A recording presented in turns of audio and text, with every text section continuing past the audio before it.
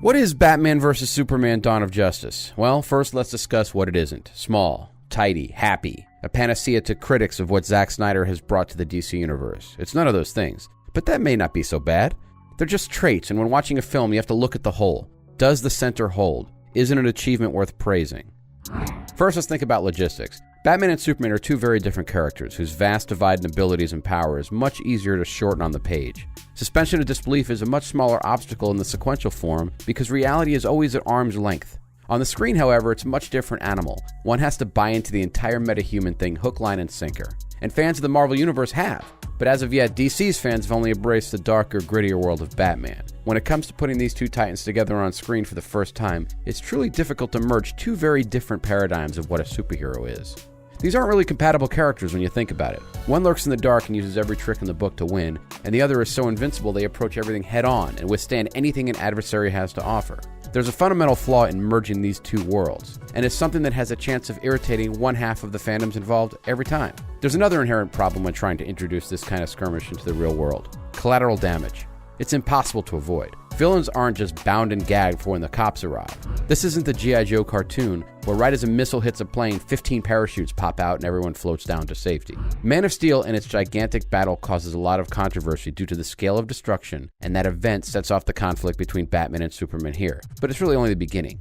What Batman vs. Superman Dawn of Justice is one way to take this difficult and oddly shaped material and finding a way to fit them into a whole. It doesn't always work. There's always sacrifices to be made, whether it be lightening what Batman is to fit Superman's vibe or darkening Superman to fit Batman's. Because Batman has been much more successful on screen, he wins. This is a movie filtered through the prism of Batman's world and his cynical worldview. It's dark, and it's gritty, and it's not fun. It's not a movie built on set pieces and snappy banter.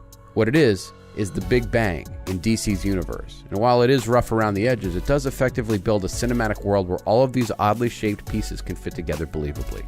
Ben Affleck's a terrific Bruce Wayne and a terrific Batman. He wears the mileage of a crime fighter who's been doing it for 20 years, and Jeremy Irons is the most involved and crafty Alfred we've yet seen on screen. The tech, costuming, and cheat-to-win aspect of this Batman is compatible with the impossible reality of existing in a world where Superman can exist.